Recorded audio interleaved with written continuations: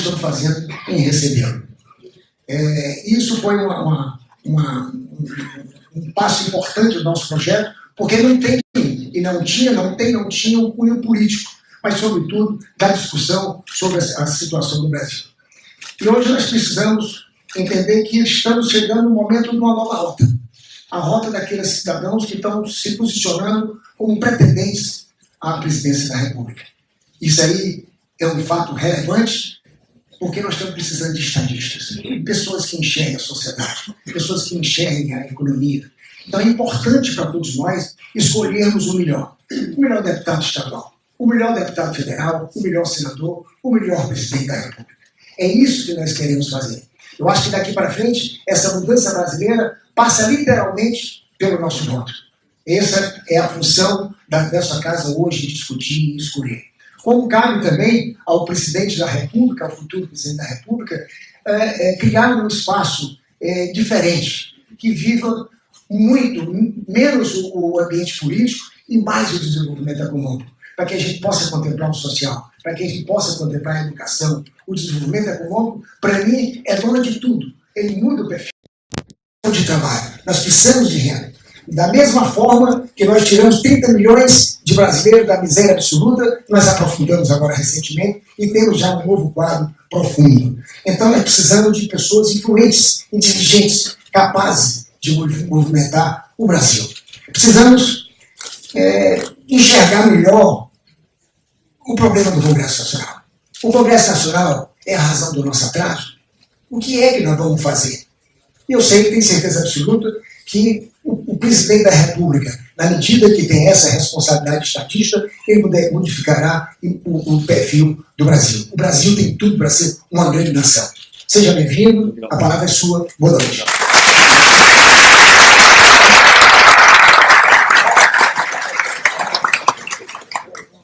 O Ciro, nosso amigo Cândido Albuquerque, para nós faz parte do núcleo de estudos políticos da Federação das Indústrias, é um companheiro brilhante, professor na área de constitucionalista, e se virá como seu auxiliar, mediador entre você e o público aqui presente. Seja bem-vindo, a palavra é sua.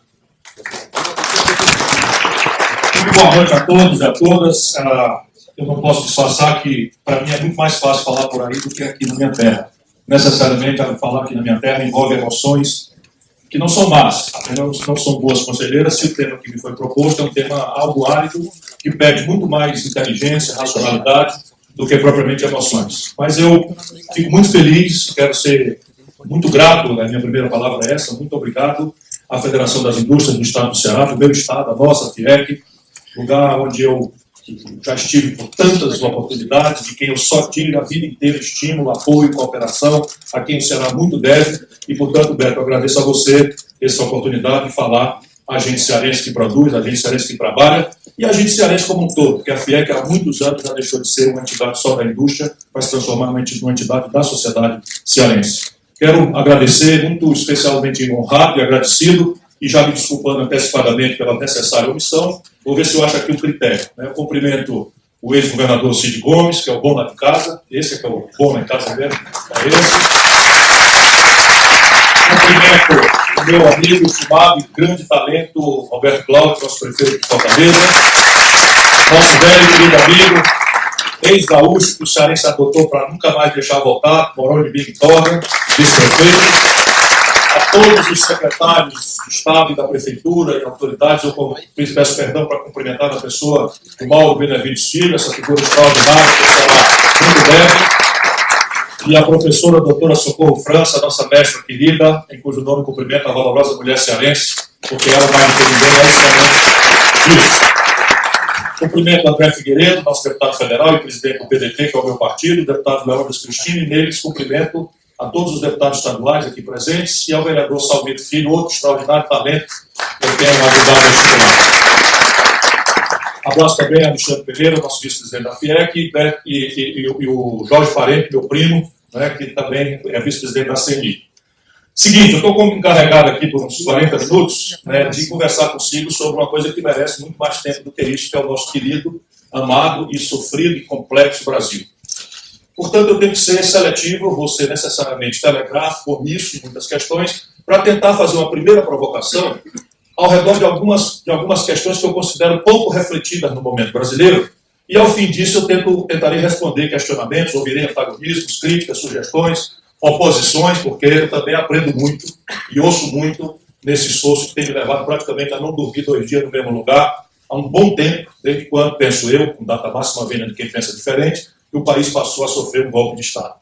Para entender o Brasil, a gente precisa fazer um esforço para deixar nossas ideias, todas elas, penduradas lá fora, nos auditórios, para a gente poder pensar um pouco mais livremente, raciocinar fora das reduções simplificadoras que estão infestando o debate no mundo e no Brasil. Deixar as ideias lá fora não significa abandoná-las. Todo mundo pode, na volta, passar lá, pegar de volta e voltar para casa com a mesma ideia. Mas é necessário que a gente raciocine, porque do jeito que as coisas estão, não haverá saída para o Brasil. Não é razoável que um país com a nossa complexidade seja agora obrigado a uma redução mesquinha que em nada explica o nosso país, que já foi muito conveniente, que quer nos separar entre coxinhas e mortadelas. Ora, isso não cabe ao Brasil, isso. O Brasil foi muito conveniente essa confrontação odienta, agora passou da conta, porque era a política provinciana de São Paulo, onde estão mais ou menos com boa parte dos problemas resolvidos, e há 24 anos um partido só governa, e alterna com o outro partido, coxinhas e mortadelas, e isso impôs ao Brasil uma coisa que de fato estava levando à breca. Para a gente compreender por que eu estou fazendo essa provocação, eu estou me refugiando na história e nos números. Me perdoem aqueles que já me ouviram, mas é pela repetição, se não for pelo brilho, que nós vamos conseguir que as pessoas parem um pouco para pensar. Em 1980, o Brasil tinha uma produção industrial, estou falando aqui na Casa da Indústria. A produção industrial brasileira, em 1980, era o dobro da soma da produção industrial da China, do Vietnã, da Malásia, da Singapura e da Coreia do Sul juntos. Pegava da China, a Malásia, a Singapura, o Brasil, em 80, tinha o dobro de produção industrial em termos absolutos.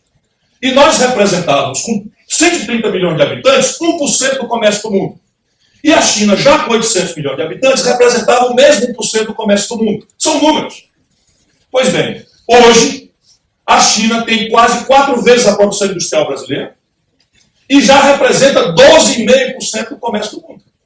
O Brasil representa, de 80 para cá, meu caro Mino, o mesmo 1% do comércio do mundo, e a China representa 12,5% do comércio do mundo. Eu não estou propondo aqui, e seria uma aberração, que nós transplantássemos, imitássemos a institucionalidade chinesa, porque institucionalidades não são transplantáveis. As instituições de um país são consequência do acumulado histórico, da identidade cultural, dos traumas, dos conflitos, dos acordos, dos entendimentos, da paz, da guerra, em algumas questões, guerra mesmo, como foi no caso brasileiro. Momentos muito graves. Nosso país não é um país pacífico, como a historiografia oficial quer que a gente acredite. O país é violento, a nossa tradição é de golpe, é de pouca tradição democrática. E isso, então, nos protege, mas isso nos recomenda, humildemente, pensarmos uma coisa.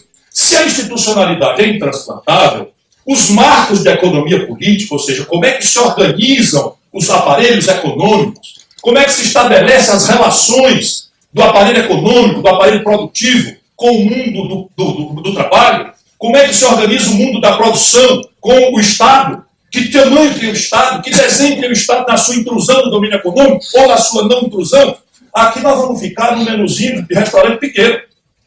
São 5 modalidades, não tem muito mais do que isso, que são nuances.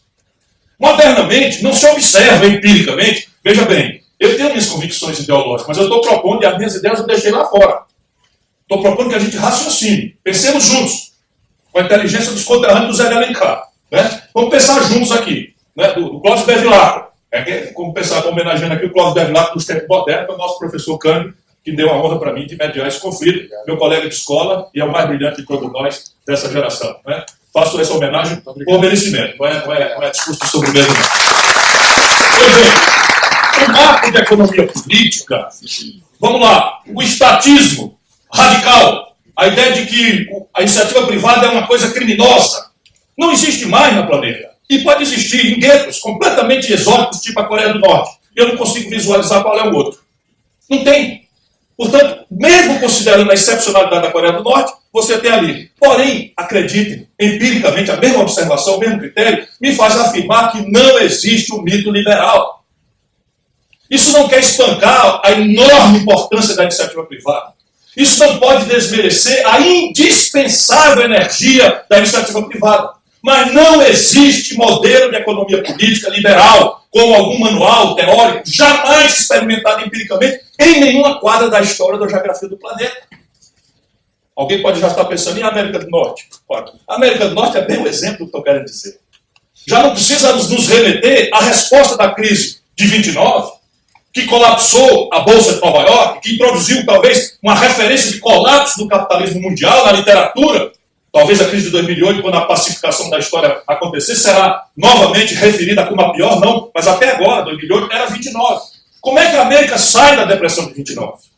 Sai pelo New Deal, sai por um Roosevelt fazendo empoderamento, turbinando a iniciativa privada, colapsada, né, pela agonia da Bolsa de Valores, numa relação mista, em que a compra governamental, a contratação de serviços com dinheiro público deficitário, produz em menos de 24 meses uma superação extraordinária da maior crise da história do capitalismo mundial.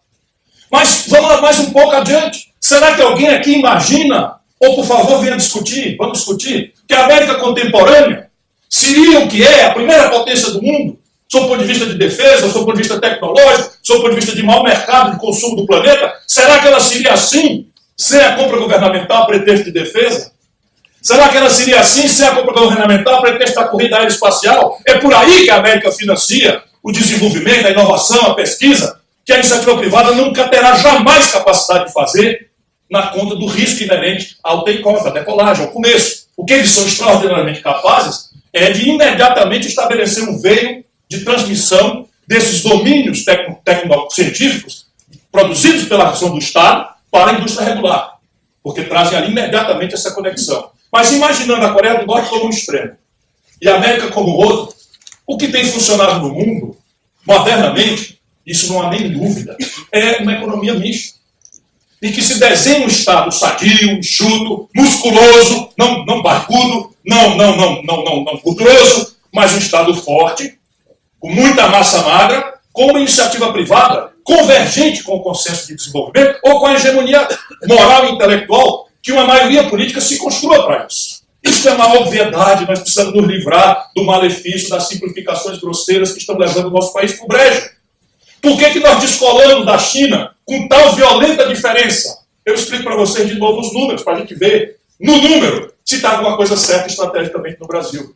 De 1980 para hoje, meus compatriotas, meus conterrâneos cearenses, meus irmãos, de 1980 para hoje, também um abraço aí quem está nos outros auditórios, peço desculpa e fico muito honrado, né, pela notícia que tem outras pessoas em outras salas assistindo. Vai um abraço e também podem mandar perguntas. Mas repare bem, de 1980 para hoje, gelado, estatística oficial, o Brasil cresce pífios 2% ao ano em média. Simples assim. De 1980 para hoje, o Brasil cresce 2% ao ano. E por que eu chamo de pífio? Porque na mesma data, no mesmo período, o Brasil cresce a população a 1,7% ao ano. Se eu cresço a economia a 2% e a população a 1,7%, quase a mesma coisa, significa que eu, por cabeça, chamado per capita, eu estou crescendo estatísticos 0,4% por cabeça ao ano. Se eu lembro da concentração de renda mais perversa de todas as economias organizadas do mundo, um bocado de 0,4% por cabeça, que não ficou por cabeça de ninguém, foi concentrado nas outras cabeças coroadas, nós temos que o país está regredindo. E está regredindo mesmo, por mais que a gente queira evitar o constrangimento de assumir, estamos regredindo mesmo. Números, nós estamos na casa da indústria. Em 1980, aquela produção que comparada com a China, etc., dava aquele tanto todo, mas em termos absolutos, 30% do PIB brasileiro, 30% do PIB brasileiro em 1980 eram gerados pela indústria. Hoje, 8% do produto interno bruto brasileiro são produzidos pela indústria. Nós voltamos à proporção da indústria como proporção do PIB ao que éramos no Brasil de 1910. E aqui começa a concretude dos nossos problemas contemporâneos. Nosso modo de viver moderno está informado globalmente, isso é a única coisa que de fato está globalizada, é a informação. Nós estamos informados de um padrão de consumo e a ele referimos nossa busca pela felicidade. É um grande equívoco da humanidade, especialmente o jovem, mas é assim, nós queremos portar os elementos simbólicos do êxito social. Mas não é só por vaidade, são coisas concretas. Por exemplo, meios de diagnóstico médico. Quem é mais que se conforma com um doutor ouvindo com um estetoscópio de madeira, você dizer, diga 33? Se o cara não pedir uma ressonância magnética com a tomografia computadorizada, você desconfia do médico, né? E aí vamos as coisas acontecendo. A informática, a telefonia, a ótica, a química fina, os novos materiais, os bens de capital, tudo isso nós queremos consumir, estamos crescentemente consumindo e crescentemente desaprendemos a capacidade de empreender para gerar este padrão. E isso, então, explica estruturalmente o problema brasileiro. E aí nós chegamos ao tempo contemporâneo. Qual é o tempo contemporâneo hoje? O Brasil, penso eu, para discutir, está estruturalmente proibido de crescer acima desses pífios 2% ao ano. E está proibido modernamente por razões exponencializadas que já se apresentaram na nossa história recente, ciclicamente, cada ciclo mais grave do que o outro. A saber, para apresentar em ordem de exame aqui, porque se esse diagnóstico for correto, aqui estão as pistas, Beto, de qual deveria ser o debate que a sociedade deve exigir de todos os candidatos. Porque quem vai fazer isso, quem vai fazer aquilo, é outro assunto. Mas se a gente parte, cada um para pensar as coisas de um jeito, o outro para o outro, e deixa a questão pragmática do problema real desconsiderada, e passamos a querer resolver problemas graves, complexos, difíceis, a golpe de frase feita, excitando a raiva que o povo tem com toda razão, a frustração que o povo tem com toda razão, dizendo que a culpa é do que está aí, deixa que eu chuto, porque comigo vai ser tudo diferente, o paraíso vai descer na terra, esta crise vai viver outro ciclo. Porque os problemas estruturais são assim, ó. Primeiro, hoje o Brasil está proibido de crescer. Qualquer mistificação de que o Brasil está voltando a crescer é o que os americanos chamam de wishful thinking. Para falar o mínimo, para não dizer mentira, que era o velho Ciro Gomes, mais jovem, tal, dizer logo, isso é mentira, estamos com enganação. Não, é wishful thinking, ou seja, ao invés de examinar a realidade, eu examino a realidade conforme eu gostaria que ela fosse. E há uma certa venialidade nisso, mas não é propriamente desonesto. Embora alguns que estão aí sabem que eu estou falando a verdade. Mas vamos lá, concretamente. Primeira razão. Hoje, as famílias e as empresas estão no máximo de endividamento da história do Brasil. Fala-se em 40 milhões de famílias negativadas no SPC.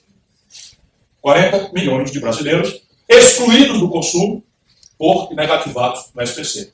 Nas empresas de capital aberto, evidentemente que há exceção, e eu falo de capital aberto porque os balanços são públicos, mas eu poderia perfeitamente extrapolar para as empresas não financeiras, 100% delas, o último dado oficial que existe, não fizeram caixa no semestre para honrar a parcela vencida do ano. O endividamento explosivo das empresas em função de uma política estúpida que mantém a taxa de juros do Brasil consistentemente há décadas fora de qualquer padrão tecnicamente explicável. E eu quero voltar a este assunto. Tecnicamente explicável. Porque falar mal de juro alto não pode ser uma inconsequência. Estou falando é tecnicamente inexplicável. E este momento agora é o mais inexplicável de todos. Desde 2008, a taxa de juros básica das economias de primeiro mundo, para que o Brasil vende, está negativa ou próxima do neutro. Portanto, uma janela de oportunidade de ouro. E há mais de 24 meses, os preços livres no Brasil, que são aqueles sobre os quais a taxa de juros teoricamente tem algum efeito, os preços livres no Brasil estão deflacionando. Portanto, o juro negativo lá fora e os preços deflacionando aqui, o Brasil, ainda que esteja reduzindo a taxa nominal de juros, a taxa real de juros passou um tempo subindo no meio da recessão mais aguda da história do país. Uma explicação mistificadora de que era para combater a inflação. Terceiro problema, ou segundo problema, o colapso fiscal. É impressionante como a mistificação, a propaganda, a enganação, chame como quiser, mas eu conheço os atores que estão aqui, enganam as pessoas. Concretamente é o seguinte, gente querida. Nos últimos 12 meses, novembro a novembro, não abati dezembro ainda, tende a piorar, nos últimos 12 meses, o déficit primário, ou seja, a diferença entre o que a União arrecada, entre o que ela arrecada e o que ela gastou, são de estonteantes 160 bilhões de reais. Nunca antes na história deste país, como dizia o Fernando Lula, se praticou um descalabro fiscal desta ordem. Simples assim. E aqui tem uma incongruência para os iniciados. Ficar evidente. Se eu estou trazendo a política monetária para uma taxa de juros mais baixa, e é preciso reconhecer que ela caiu importantemente, embora a inflação tenha despencado, não é? Ela podia ter caído mais velozmente e mais consistentemente. Mas vamos aceitar, porque é fato que a taxa de juros caiu. Se eu faço uma política monetária mais frouxa ou menos contracionista, como é que eu posso fazer uma farra fiscal desse tamanho? E aqui está a explicação, não tem nenhuma chance do Brasil voltar a crescer. Nenhuma! Dentro de 12 meses, o voo de galinha acaba. Alguém já viu Nambu aqui no interior? Aquele voozinho da Nambu? Não voa, não cabe. E o colapso aqui exige um debate. Porque não é trivial. 160 bilhões de reais é o déficit primário com a menor taxa de investimento da história da República. A União Federal, esse ano, está investindo nominais 0,3% do PIB. Um terço de 1%. Só para vocês terem uma ideia, o velho Geisel, que foi o presidente de maior êxito lá atrás, no período militar, investia 2,75% do PIB. O Lula, no melhor momento, chegou a investir 1,6% do PIB. Nós agora estamos investindo 0,3% do PIB. 0,3%. Isso tudo é coisa concreta. Assim, a obra do Projeto São Francisco, o Castanhão está acabando a água, falta 3% da obra para terminar e está parada. A Transnordestina, que eu presidi, tinha 5.700 operários, está parada. E se depreciando, investimentos. O Brasil tem um projeto para ganhar um mercado praticamente sozinho de transportes pesados militar, uma encomenda da Força Aérea para a Embraer, que desenvolveu um K390, enfim. Hein? KC. Pois bem, nós já gastamos 3 bilhões de reais, o bichão está pronto, agora ele, para ser certificado nas regras presentes, ele precisa de mais 700 milhões. Cortaram. E agora os americanos, que não estão nem um pico satisfeitos, porque ele vem para matar o mercado do Hércules 630, que é turbo-hélice, e o nosso é jato, vão mudar a influência deles nas agências internacionais, vão mudar as especificações e nós vamos micar o projeto de 3 bilhões de reais, porque faltam 700 milhões de reais. Para dar um exemplo pragmático, concreto, testável pelo Google, que precisa ser muito gênio para ver, 0,3%. Juntando tudo dos estados e municípios, nesse momento trágico, e o cearense tem que dar muito valor, porque isso é uma conquista coletiva da nossa comunidade, não se conseguiria isso só pelo extraordinário talento dos nossos governantes, desde Tasso Gereissati, chegando no Cid Gomes e Camilo Santana, Mauro Benevides sempre ajudando a todos, o Ceará está investindo 11% da sua receita líquida. Mas hoje tem 21 estados brasileiros ilíquidos. Significa assim, São Paulo passou 8 meses sem pagar dívida com a liminar estapafúrdia. E quando a liminar estapafúrdia caiu, como cairia, São Paulo pegou o que não pagou e capitalizou para o fim da dívida. E há 4 anos não reajusta os funcionários. Rio de Janeiro, todo mundo está vendo na televisão o desastre. Minas Gerais, picando o salário dos funcionários. Portanto, somando tudo, 1,2% do PIB de investimento. 1,2 mais 0,3, 1,5% do PIB, o consolidado de investimento. Zero chance de ser um desenho fiscal muito diferente do que está se fazendo ali. Mas muito mesmo. Podemos discutir detalhes disso, eu estou preocupado aqui com esvair do tempo enquanto me apaixono pelo auditório. Terceira razão, e aqui entra fundamentalmente o papel da indústria. O Brasil montou essa estratégia de referir os ciclos de popularidade fácil, algumas até merecidas, em cima de ciclos insustentáveis de consumo. Quando a gente expande o consumo, quando eu já tentei desenhar, eu não tenho nada contra consumo. Meu problema é a sustentabilidade disso no tempo. Porque se eu faço todo mundo achar que agora vai, e a gente chega no patamar de consumo, e daqui a pouco eu digo, segura na brocha que eu vou tirar a escada, e cai, o Fernando Henrique é o segundo presidente mais impopular da história do Brasil. Só perde para o Michel Temer, que também é a garrafa, Aí é moleza. Por quê? Porque é uma má pessoa? De jeito nenhum. É porque ele fez isso daí. E aqui chega ao ponto. O Brasil, quando cresce a tal média de 2% ao ano, a última vez foi em 2013, com a dona Dilma, que repetiu rigorosamente o mesmo filme do Fernando Henrique lá atrás, e pagou muito mais caro o mesmo preço, que é a desmoralização, que permitiu, no caso dela, um golpe.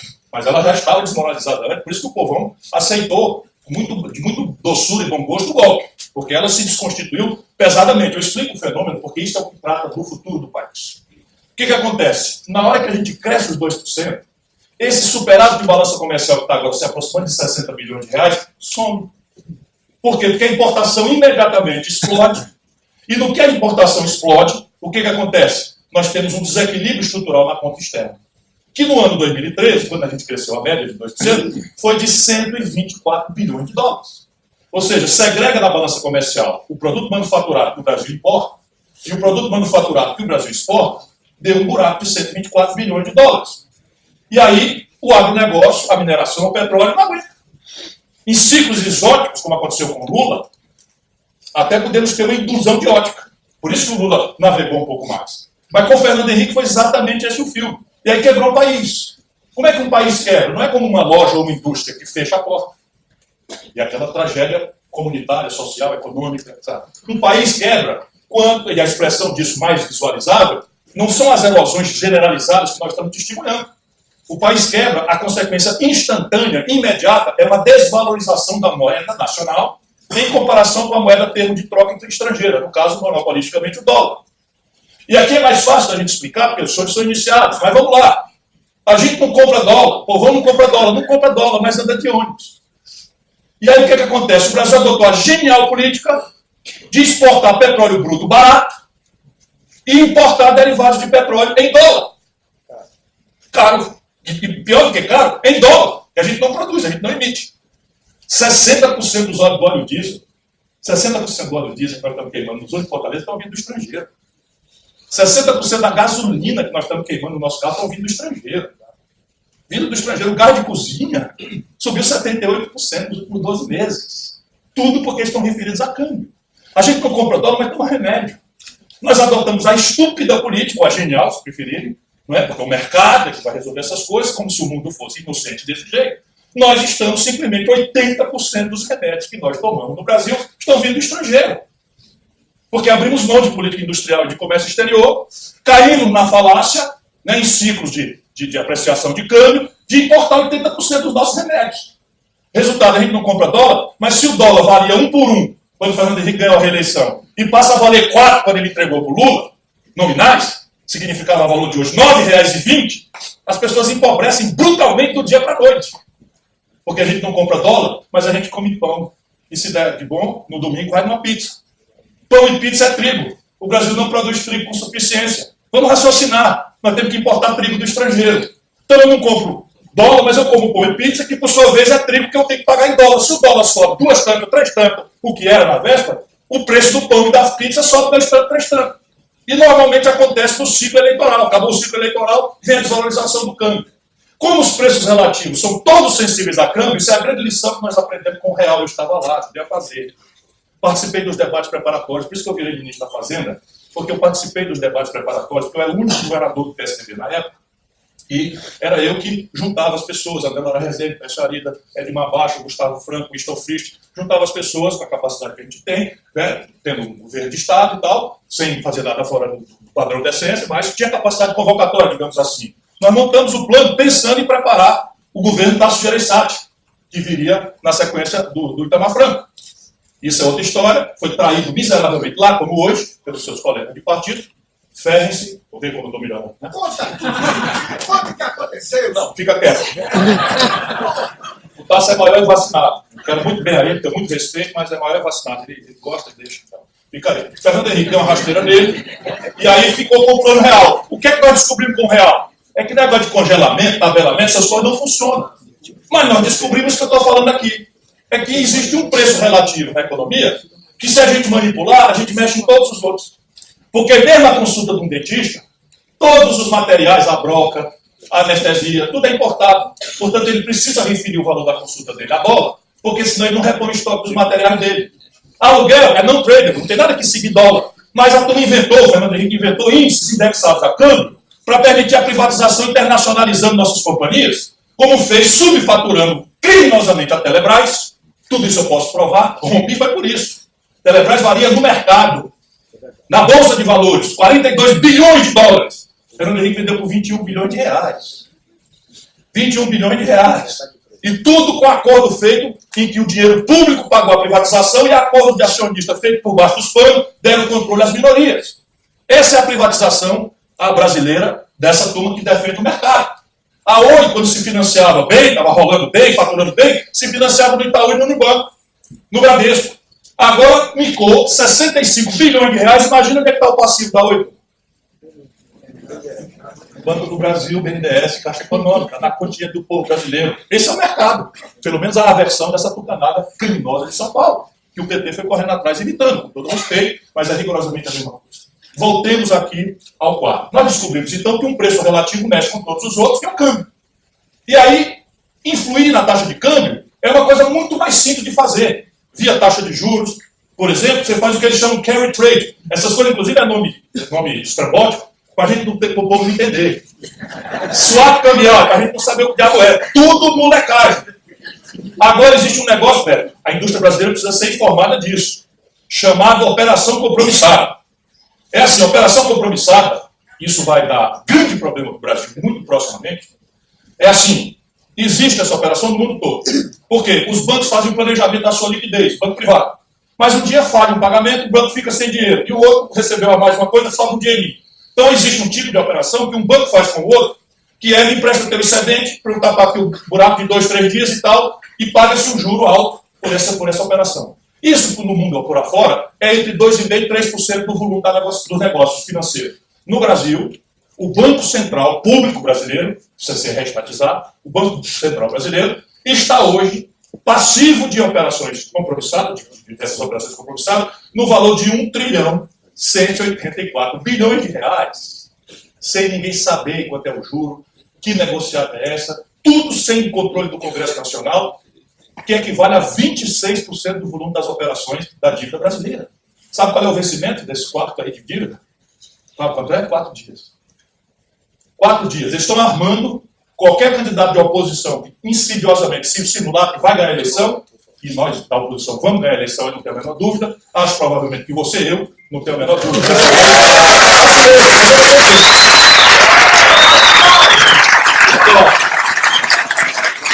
Eu acho que por outras razões, esse negócio está tão desmantelado que parece que estou ficando o WO, estou ficando sozinho. Vai, dois já virados na curva aí, ligeiro demais. Dória e o Luciano Huck foi ligeiro demais. Pensei que eu estava um pouco para baixo. Então, volta aqui. Eles vão fazer um ataque especulativo contra o real, ali por julho, agosto do ano que vem, e nós já vamos ver a montanha-russa de novo, crise de liquidez, boataria do sistema financeiro. Estou só anunciando onde eu amo, para ficar gravado, a turma bota aí no Facebook e tal. Mas isso é muito fácil de prever, porque 1 trilhão e 200 bilhões de reais que vence em 4 dias, basta tudo renovar. Estou fazendo nada demais, eu não renovo, o governo vai pagar como? Não, é inflação. É ameaça de calote. Aquele rapaz que fundou o Banco Garantia, André, o André, fala claramente, está falando claramente sobre isso. Enfim, voltemos aqui ao ponto, terminando. Se este diagnóstico for correto, né, é aqui que estão assentadas as necessárias providências. E aí, da iniciativa da minha reflexão de hoje, surge evidente a crença convicta minha, e aqui eu tenho que respeitar quem pensa diferente, de que nós não sairemos dessa encalacrada pelo espontaneísmo individualista do mercado. Volto a dizer, o mercado, e aliás o cearense sabe do meu apreço. Nós acabamos de fazer girar uma siderúrgica no meio de uma depressão econômica gigantesca. Eu tenho uma única ZPE. A indústria calçadista veio fazer o quê no Ceará? Lá em Sobral, tem 7 fábricas da Grendene, no Crato tem muito e tal. Eu vim aqui que sei como é que foi feito. Imagina se a gente não tem uma política mista, de Estado forte, empoderado. Como eu também não tenho um dia de déficit. Nenhum dia, ministro da Fazenda, Ministério da Economia do Brasil. No Ceará, pouca gente sabe, eu nunca sequer me engatei disso, eu comprei como governador 100% da dívida mobiliária do Ceará. 100%. Ia vencer dali 15 anos. Eu, em vez de eu gastar por conta, resolvi proteger o Ceará da estupidez desse juro maluco que quebraram São Paulo, quebraram o Rio, quebraram Minas Gerais e tal. Isso tudo eu tenho muito orgulho e agora eu vou contar a história do Brasil, porque eu tenho desconfiança do mercado. Porque não é mercado. Repara. E eu dá para demonstrar assim, ó. Orçamento nacional é uma pizza. Então vamos pensar juntos. A despesa A, simule aqui em amarelo, leva 50% da pizza. Despesa A. Do orçamento brasileiro, 50% da despesa A, figure aqui em amarelo. A despesa B, figura em vermelho, leva 29% do orçamento. E as despesas C, D, E, F, G, H, até W e Y, levam 21% do orçamento. Vamos fazer ajuste fiscal. Por onde é que a gente começa? Sabe o que é 50%? Juro e rolagem de dívida.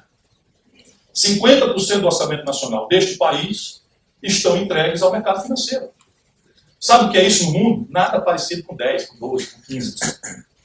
Porque dívida pública, por definição, é a hospedagem da poupança pública de longo prazo. Portanto, ninguém paga a dívida com PIB, porque a referência é porque você paga com tesouro. Mas, por definição, a dívida pública é de longo prazo, então você refere a sanidade da dívida ou a sustentabilidade da trajetória da dívida como proporção do PIB. Gostou, Tomás? Tomara meu professor aí. Não é pelo fluxo, é pelo estoque. E o resultado é que o orçamento brasileiro, no fluxo, está 50% comprometido com dívida. E juro. E aqui não é trivial, porque tem um componente especulativo, mas a maioria esmagadora disso é a poupança da sociedade. Não dá para brincar com isso. 29% dessa pizza, que é a despesa vermelha, é previdência, em que 2% dos beneficiários levam 23% dos benefícios. Vamos ter clareza. Esta reforma não toca nisso. E vamos conceder, para não parecer irresponsável, não pode tocar.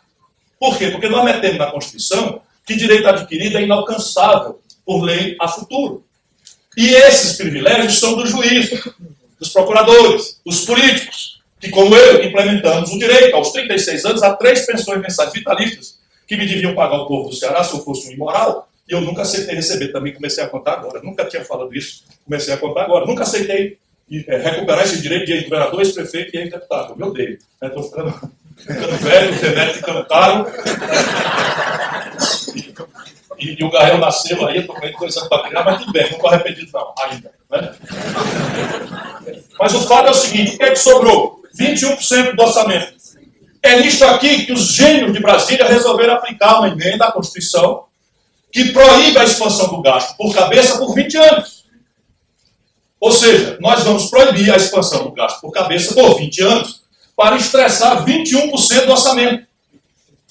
Porque não mexeu na Previdência, não mexeu na dívida, que estão livres, e fica esses 21% para responder o corte. Ou seja, ano que vem já vai ficar muito flagrante, mas no outro ano mais ainda, que nós vamos começar a ver o hospital fechar, a universidade parar, os custeios básicos da nação. Por quê? Porque o país ainda cresce 2% ao ano, a sua população. Se eu crescer 2% ao ano e as demandas por saúde, por educação, naturalmente vão crescer só pela demografia, mas é uma justa exigência da sociedade que se qualifique esse serviço, olha o tamanho da violência que se praticou contra a sociedade brasileira. E isso ensinando ao mundo. Porque o tormento do déficit público é um problema contemporâneo da humanidade. A Grécia agora entrou em parafuso, a Irlanda está em pré-parafuso, a Espanha em dificuldade tremenda, a Irlanda em dificuldade tremenda, a Itália está se aproximando, está bordejando o alambrado. A crise é grande de fiscal. E os caras não estavam fazendo um telefone para o Michel Temer, para o Meirelles.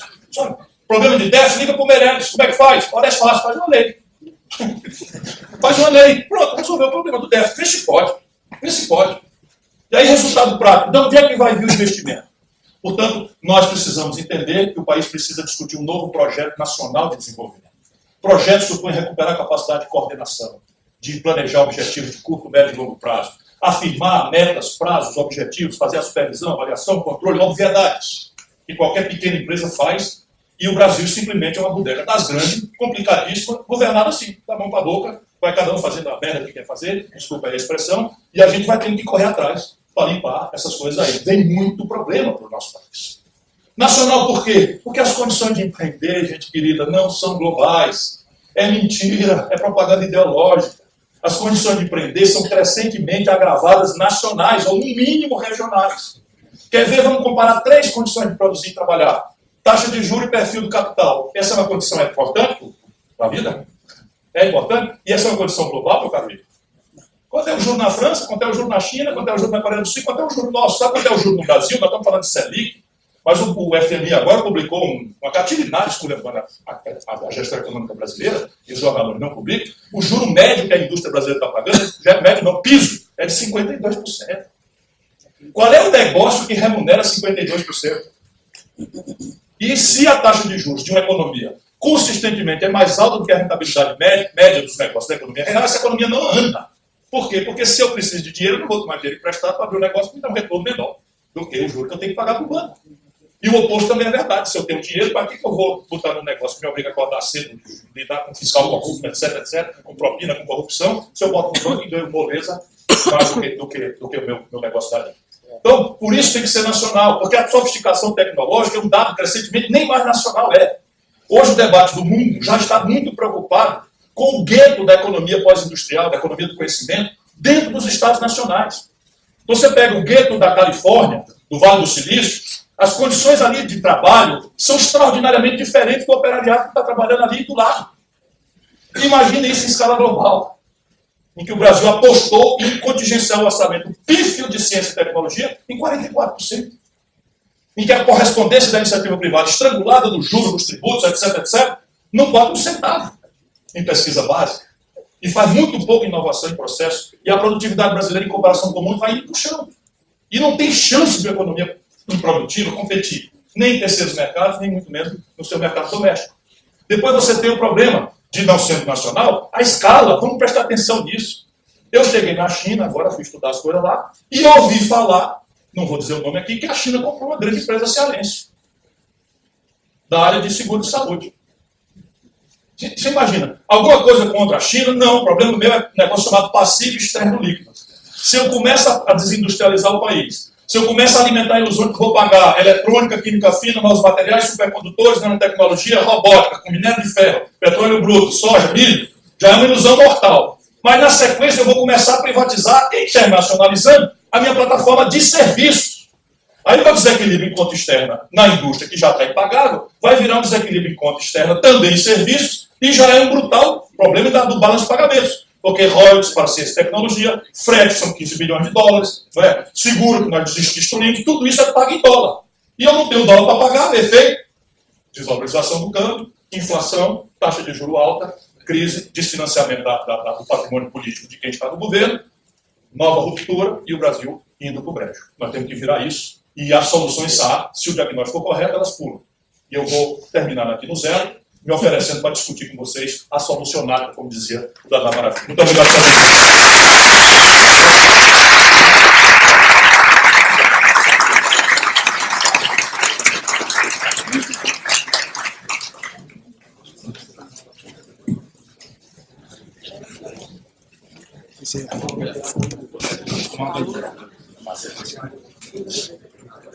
Bom, eu queria inicialmente agradecer ao amigo Beto Studas a oportunidade de estar mais uma vez aqui, participando do encontro de ideias, desta vez com o meu colega, meu amigo, Ciro Gomes.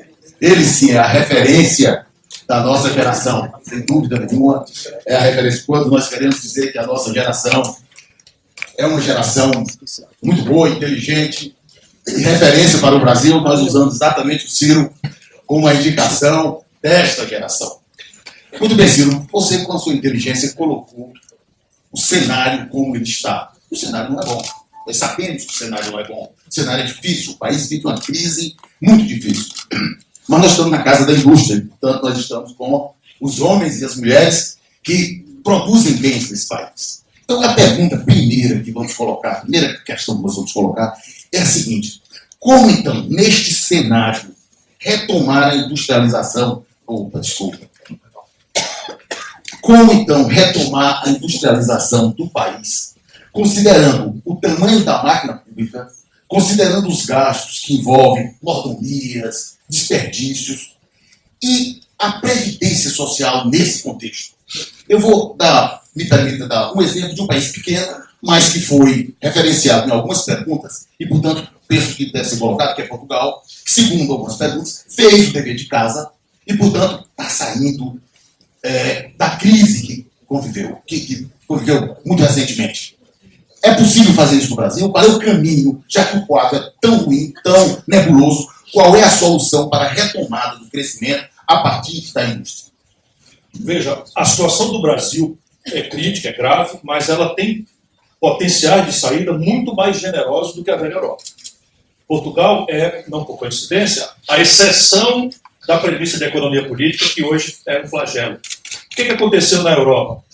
Que basicamente ela unificou, depois de muito esforço, unificou o território, unificou a moeda, mas os padrões de produtividade não se unificaram. E aí você tem uma grande, gravíssima tensão, é de que a Alemanha tem a maior produtividade do mundo, não por acaso é o maior custo por hora trabalhado do mundo, para a gente entender que salário não é problema, sou política macroeconômica, microeconômica eu sei que é, mas sou política macroeconômica é a massa de renda da população que dá a partida para o grande escala. Então, repare, por que eu passo tanto tempo fazendo o diagnóstico? Porque acredito que é o original. Se a gente fizer um acordo metodológico, de entender, primeira premissa, para a gente sair disso, o mercado não tem capacidade de fazer isso sozinho. Nunca teve. Ele é incapaz, ele não tem um centro de inteligência estratégica para fazer isso. Sabe quanto é hoje, por exemplo, o volume de créditos contabilizados nos bancos no Brasil de recuperação duvidosa? 600 bilhões de reais. Isso é muito dinheiro para o sistema financeiro, mesmo oligopolizado, como loucamente o Brasil se permitiu ao longo dos últimos 20 anos. O Brasil é um país que tinha uma vantagem estratégica no seu sistema financeiro, que quando eu fui morar nos Estados Unidos, eles invejavam o sistema financeiro brasileiro. Hoje nós perdemos toda a vantagem e permitimos a imprudência de concentrar 90% das operações do mercado em 5 bancos. Banco do Brasil, Caixa Econômica, Itaú, Bradesco e Santander. E esses bancos, eles não precisam emprestar, porque o crédito está colapsado na medida em que o governo remunera, inclusive suas exigibilidades não aplicadas. Então é preciso, primeira grande questão, resolver essa equação do endividamento do setor empresarial privado. O que é que eu estou propondo? E tudo isso é muito precário, é para abrir debate, é para discutir, eu não tenho compromisso com nada do que eu estou falando aqui, até a hora que alguém... Quer dizer, eu só tenho compromisso com o que eu estou falando aqui até a hora que alguém me der uma ideia melhor. Mas se eu estou convencido de que o passivo privado é um fator hostil, estrutural, e estou convencido que o mercado não resolve isso, por quê? Porque o Itaú não está renovando para pagar de ninguém. Quem conhece a praça, eu estava trabalhando na CSN. Eu estava no meio do capitalismo brasileiro, presidente da companhia, membro do board da CSN, estava ali vendo todo mundo no salão lá, sabe, ninguém está rolando para pagar de ninguém. Os bancos estão completamente retraídos.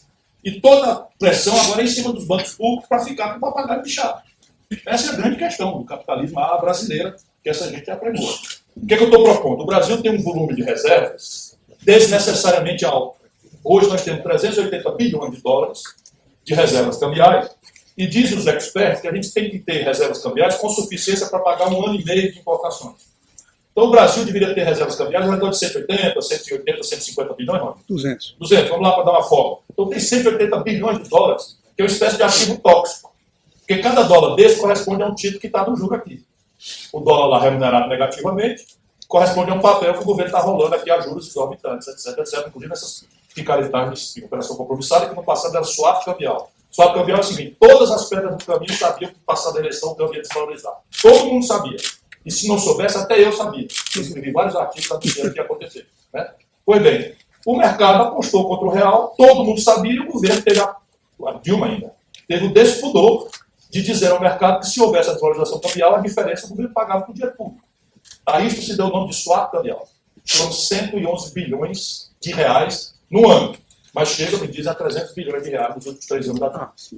300 bilhões de reais, isso é dinheiro, que não está na saúde, não está no São Francisco, não está na educação. Porque a universidade vai parar, a nossa universidade vai parar, o custo dele não vai dar, não é suficiente. Então, repara, tirar uma fração dessa dívida e criar um fundo soberano, inclusive abrindo para que o agronegócio, que tem superados monstruosos e que acaba apreciando a nossa moeda de uma forma lesiva aos interesses da produção e da indústria, deixar esse dinheiro junto nesse fundo soberano e fazer uma espécie de linha de crédito para a consolidação de passivos privados, mediante garantia real, o hedge, ou seja, o seguro da desvalorização cambial por conta do freguês, mas a diferença de juro e de prazo, você pode fazer 2 de carência, 10 para pagar, isso é tão extraordinariamente diferente do perfil médio do dinheiro brasileiro, que você tem o efeito de fazer os bancos, forçar os bancos a competir. Então você começa a desenhar uma reestruturação desse passivo privado. No caso do panorama fiscal, tenho conversado muito, não há como o Brasil sustentar qualquer tipo de política fiscal sem crescer. E a nossa opção, acredite no que eu estou lhe dizendo, eu estava lá no primeiro momento, conheço por dentro, sei os operadores, conheço bastante bem de longa data. O Brasil, hoje, o crescimento econômico é um efeito colateral, se possível. Não é um objetivo nacional. Por quê? Porque quando o Fernando Henrique fez a desvalorização cambial de 99, o Armínio Fraga mostrou para ele que a âncora cambial que sustentou o primeiro momento de ilusão, de consumo populista, etc., etc., ia quebrar o Brasil, como quebrou, que agora teria que ser dada outra âncora para a sustentabilidade do real. E essa seria a âncora monetária. Portanto, para ter uma âncora monetária, tinha que ter uma questão fiscal. Daí nasce a ideia de câmbio flutuante, que era para sair do engessamento do câmbio, superávit primário, determinado ex ante, qualquer que seja a circunstância. Perguntei para o pessoal do Banco Mundial: isso aconteceu uma guerra, isso aconteceu uma epidemia. Qual é o país do mundo que se impõe? Quer dizer, onde é que se pratica isso? Eu tenho uma observação empírica. Então não tem. E é um experimento que virou ciência dogmática no Brasil. Quer dizer o quê? Que eu estou defendendo afrouxamento? Não, eu estou defendendo outros métodos para enfrentar, em que você inverte a lógica. Isso vai crescer, portanto, tem que trazer os preços centrais da economia para um patamar de equivalência com o mundo. Então, o que é isso? A taxa de câmbio tem que ser estimulante da produção e da exportação, e não estimulante do consumo, em que você sai de São Paulo para Miami, mais barato do que vir para Fortaleza. É simples assim, é mais barato no câmbio brasileiro você sair de São Paulo para Miami do que vir para Fortaleza. E todo canto eu digo, quando todo mundo sabe que Fortaleza é 1000 vezes melhor do que Miami. Aí a Paula come, que é pelo menos uma propagadazinha aqui com o Arial. Então, repare, trazer a taxa de juros para um patamar que está avançando já, mas ainda dá para estressar um pouco mais, porque, repare, a inflação projetada no futuro é de algo ao redor de 2,56%. Vamos arredondar em 3%. O que está fazendo a taxa de juros em 7,5%? Eu reconheço que baixou, é importante, estava em 14,25%. Mas o que está fazendo a taxa de juros em 7,5% se a inflação projetada é de 3%? E quando a gente olha, por que ela está projetada em 3%? Só preços administrados pelo governo sobre os quais a taxa de juros tem o menor efeito. Se o governo baixa o decreto, a Petrobras baixou uma portaria e aumenta o gás de cozinha, ele vai aumentar, não interessa se a taxa de juros vai para o espaço. Se eu dou uma tarifa de ônibus, decreto, a Dilma deu um tarifado de 70% da energia. O empresariado pegou esse custo na veia, no custo da energia. Aqui, eu fui estudar, a Coelce aumentou 120% a tarifa de energia depois da privatização. Gol de placa, vamos fazer mercado. Assim eu vou também. Assim eu vou também. A Coelce dava lucro, eu fui governador, eu administrei a Coelce, ela dava um bom lucro. Eu revertia tudo para investir. Depois da privatização, a Coelce aumentou a tarifa do Estado do Ceará para 120%. Real. Acima da inflação. Isso tudo agrava a competitividade do sistema. Isso não é uma matriz energética em que o imobilizado praticamente está amortizado. Nós temos aqui sistema Chess, sistema Boa Esperança, agora o Tucuruí também, mas está tudo amortizado. E aí, em vez de baratear, explodiu. Esse é um capitalismo brasileiro.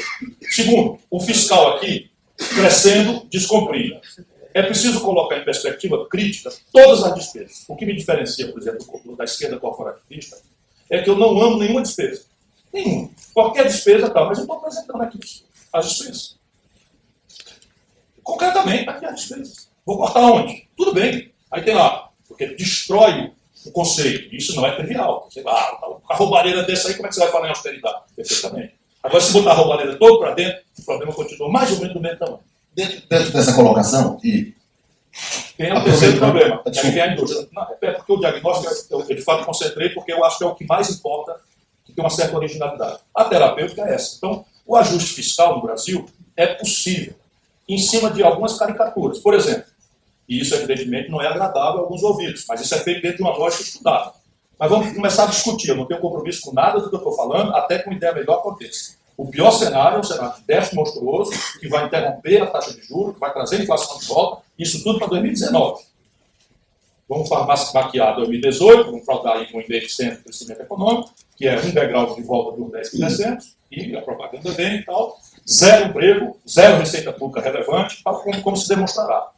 O que é que eu estou dizendo? O mundo inteiro cobra das empresas depois do faturamento, apurado o lucro.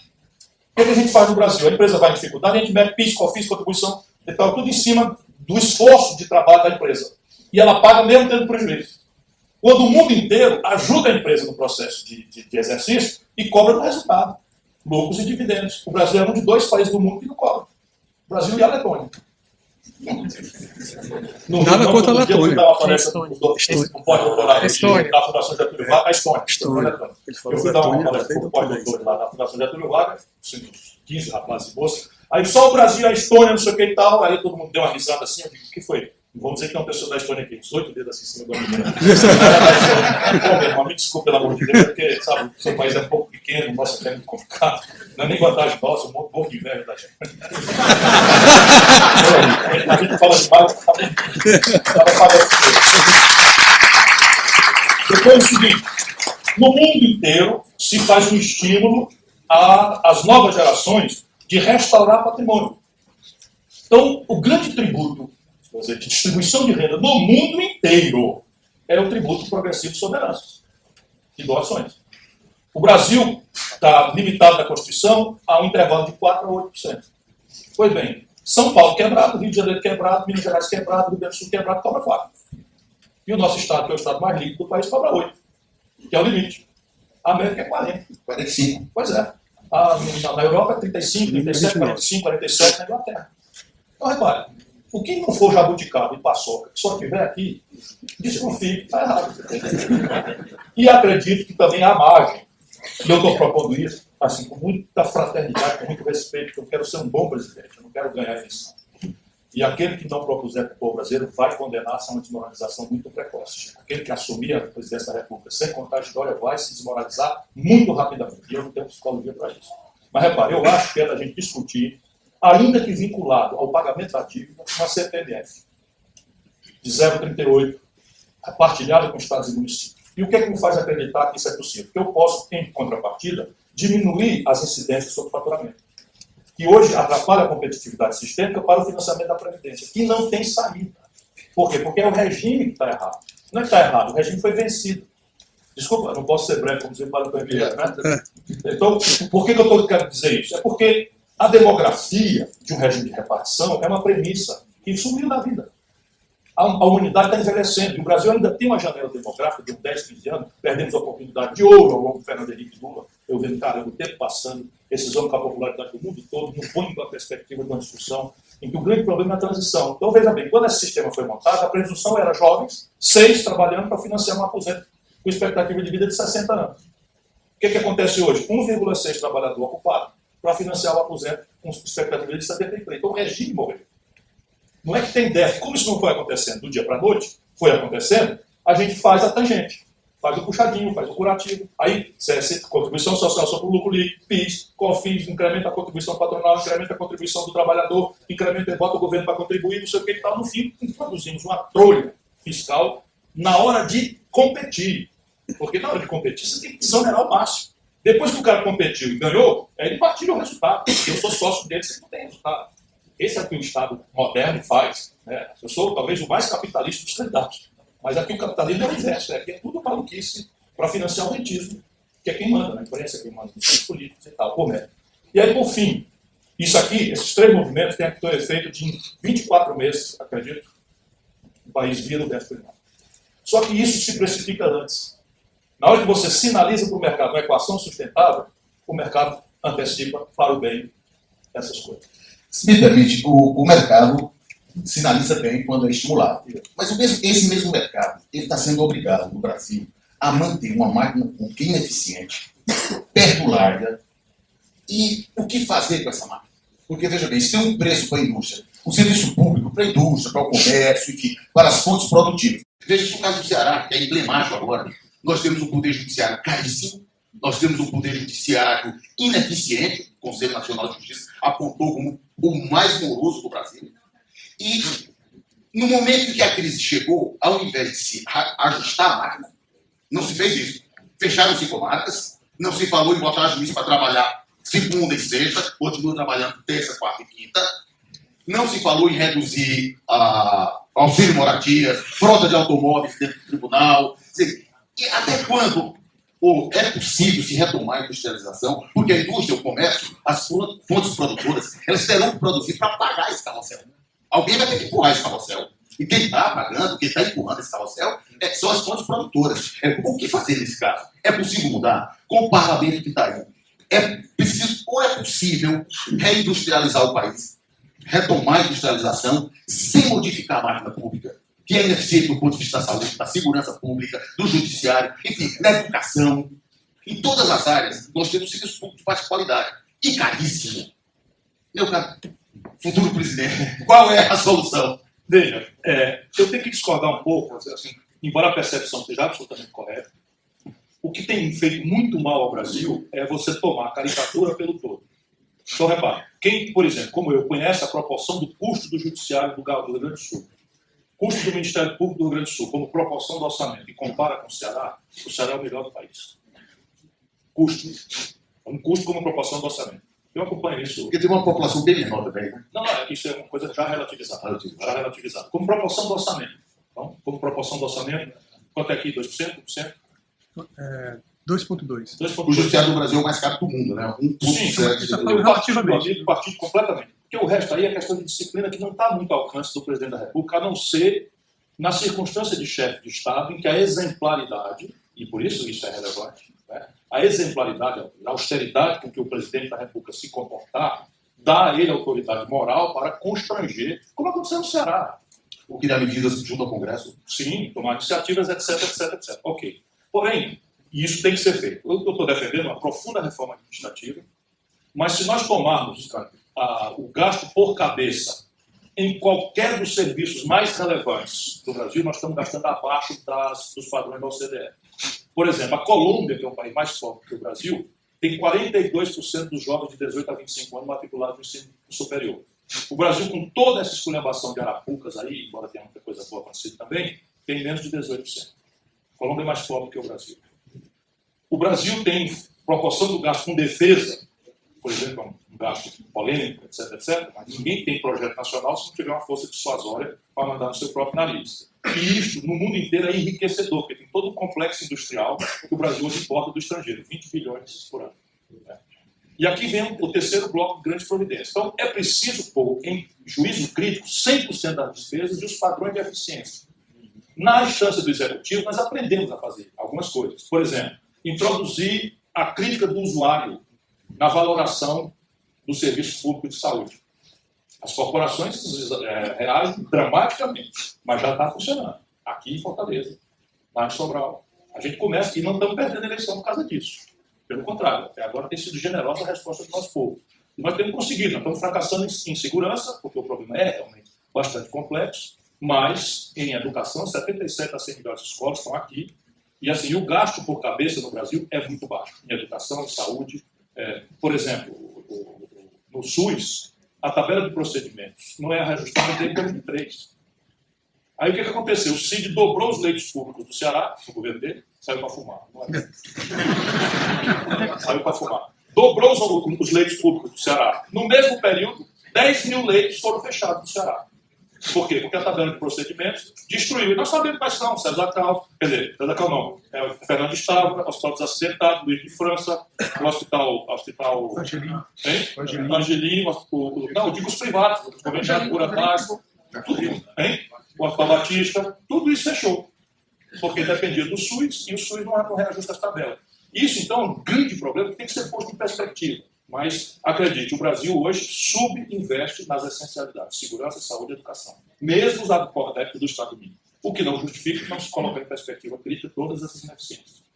É possível retomar o crescimento sem uma reforma fiscal e sem uma reforma da Previdência? E como fazer? Qual seria a lógica dessa reforma, considerando o Congresso Nacional que teremos a partir de 18? Pelo menos o que se imagina que será. Eu não atribuo, o Beto fez a primeira provocação na generosa fala dele, que inclusive me tocou o coração. Ficou agradecido pela generosidade. Mas, enfim, este Congresso é o responsável? Eu afirmo que não. Afirmo que não, porque a história brasileira, não é que não tem maus exemplos. Eu chamei o Temer, presidente da Câmara, de ladrão. Fui processado por ele. Chamei o Eduardo Cunha de ladrão. Tinha poucos méritos dele e tal. E ninguém quis ouvir qual o malefício que deu, pelo menos na minha opinião. Porque as pessoas vão deixando para lá, tem essa pseudo-nobreza, essa pseudo-vossa excelência para cá, vossa excelência para lá, e assim, tu não fala do meu rabo, eu não falo do teu, nós vamos roubando todo mundo junto e tal, e assim caminha a plutocracia brasileira. E eu não participo disso, não quero saber disso e tal. Que foi? Tudo bem. Tudo bem. Enfim, mas isso é o que acontece no Congresso Nacional. Mas para a gente culpar o Congresso, nós temos que acreditar que o Fernando Henrique, no auge da popularidade dele do Real, propôs a seguinte reforma e o Congresso reacionário, corrupto, não fez. Não aconteceu, isso aí é mentira. Ele não propôs, porque o que ele propôs passou. Sabe o que ele propôs? Uma emenda à Constituição no primeiro ano. Ele dizia, Fernando, nós nos chamávamos pelo prenome na época, não é possível um capital político desse, rapaz, não sei o quê, para até que romper. Virei um chato, porque simplesmente entrou na farra. Outdoor no Brasil inteiro, que o Real, mais do que uma pluristatização, um projeto do país, tudo mentira. Eu sabia, estava lá, tudo sério, mas muito precário e tal. Eu digo, vou sair, vou romper, porque vai dar merda, eu não quero que ninguém da manhã me acuse de ser omisso. Aí danei escrever, falar, rompi com o PSDB, saí, fui para os Estados Unidos. Aí eu doidão, pensei, embora, tá bom, vamos ver quem tem a razão. Hoje eu estou aqui, ninguém quer a companhia dele, tanto nenhum. Agora, por quê? Porque o Fernando Henrique propôs o fim da distinção entre empresa nacional de capital nacional e multinacional, para proibir políticas afirmativas de BNDES, ciência e tecnologia, às empresas nacionais. Ele fez essa proeza. Como é da lavra do Fernando Henrique, tudo para bajular o Clinton, que salvou ele com os acordos do FMI, e ele exigiu dele entrega do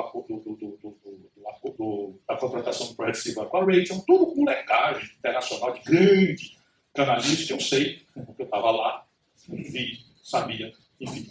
E o que acontece? Depois ele propôs a reeleição. Foram as 2 reformas constitucionais que ele propôs. Nenhuma delas atendeu a nenhuma questão nacional. Depois vamos o Lula. O Lula, se quisesse, tinha mudado o país por onde ele quisesse. Eu estava lá. Cadê o projeto? Qual é a proposta de reforma institucional que o Lula fez que o Congresso não deixou? A tomada de 3 quilos, foi essa, é importante, mas não precisou do Congresso. Essa é a brincadeira que vai fazer, nesse outubro, a negada. Mas assim, mas não precisava do Congresso para isso, não tem uma proposta. E isso é o que falta ao Brasil. O que é que o Lula faz em matéria de política econômica? Por que ele se salva? Por 2 razões. Se ele pega a taxa de câmbio a R$ 9,20, pela quebra que o Fernando Henrique fez, e entrega 8 anos depois a R$ 1,75, nominais, a valor de hoje. Olha aqui. Esse tem indústria que aguenta isso. R$ 9,20 era a taxa de câmbio. Aquela história que eu falei, você precisava, no dia do primeiro governo do Lula, você precisava de R$ 9,20 para comprar $1 de pão. Quando ele, 8 anos depois, entrega para a Dilma, você precisava do mesmo valor atualizado, R$ 1,75 para comprar o mesmo $1 de pão. Ou seja, a população passou a consumir, poder consumir quase 4 vezes mais do que consumia quando o Lula tomou posse. E fica grave. E aí o desequilíbrio estrutural nas contas externas foi imenso, porque durante o período do Lula o país avassaladoramente se continuou se desindustrializando. Por que não quebrou? Não quebrou por quê? Porque a China, bombando, saindo de 1 para 12,5%, como eu descrevi aqui, comprou pesadamente os produtos tradicionais brasileiros. Minério de ferro, petróleo bruto, soja, milho, etc. Só para vocês terem ideia prática. No dia que o Lula entregou para a Dilma, nós estávamos vendendo uma tonelada de minério de ferro por $190. No dia que a Dilma foi derrubada, estava vendendo por 38. In natura. No dia que o Lula entregou para a Dilma, nós estávamos vendendo um barril de petróleo por $110. Quando a Dilma caiu, nós estávamos vendendo o mesmo barril de petróleo por 30. Então foi rigorosamente o mesmo filme. Tem até uma hora para dar uma risada. Quer ver? Quando aconteceu essa desvalorização do câmbio, o Fernando Henrique fez a reeleição 1 por 1 na prática, e com 60 dias do novo governo ficou em 2,30 por 1. Então o povão perdeu metade da capacidade de consumir do dia para a noite. A população fica zangadíssima. Até hoje não esquece. Aí o que acontece? O PT faz o movimento fora FHC, e o Lula, então presidente nacional do PT, apresenta um pedido de impeachment para Fernando Henrique e vai entregar na mão do então presidente da Câmara, eu me odeio, Michel Temer. Olha o filme. Eu digo, Lula, meu irmão, não faça um negócio desse, remédio para governo ruim não é impeachment. Essa ruptura desestabiliza, a gente tem que dar estabilidade ao país, vamos escolher o governo, vamos... Mas não pode derrubar, não, tu tá com saudade dos teus amigos do Tucano, não sei o quê. Tudo bem. Olha o que é que acontece no filme. O Lula comete a imprudência de botar o Michel Temer na linha de sucessão e dar furnas para o Eduardo Cunha roubar e comprar o deputado para virar presidente da Câmara, ficar na linha de sucessão e titular da faculdade de processar o impeachment. O que é que acontece? A Dilma desvaloriza o câmbio 60% no primeiro dia, dá um tarifaço de energia, perde o capital político e vê o movimento fora Dilma e impeachment e tal, só que dessa vez funcionou. Ciro, o Brasil sobrevive sem a reforma da Previdência? Veja, a urgência da reforma da Previdência não é essa que estão falando. E esta proposta não é reforma da Previdência coisa nenhuma. Vamos aos números.